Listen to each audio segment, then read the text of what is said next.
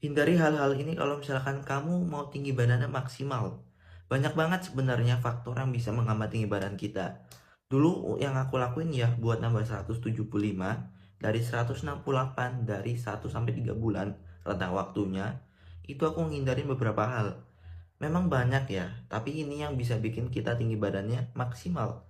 Dulu itu aku ngindarin yang namanya makan makanan yang goreng-gorengan, yang terlalu minyak, habis itu yang terlalu asin juga, yang terlalu manis pastinya. Dulu kalau misalkan aku pribadi itu memang kurang suka yang makan makanan manis atau makan makanan yang terlalu asin banget. Itu kurang suka karena kalau misalkan hal itu ternyata kurang bagus juga untuk kesehatan kita sama tinggi badan ya.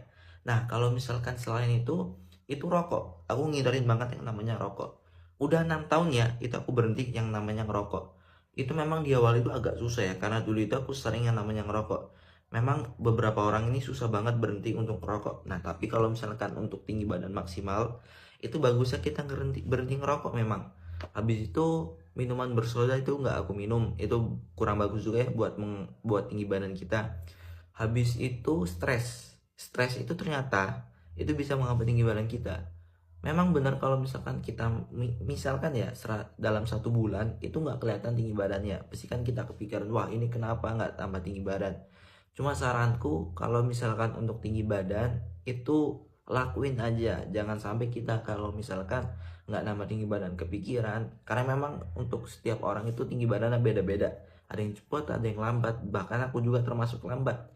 Itu. Nah, kalau misalkan selain itu begadang itu dulu aku hindarin juga ya.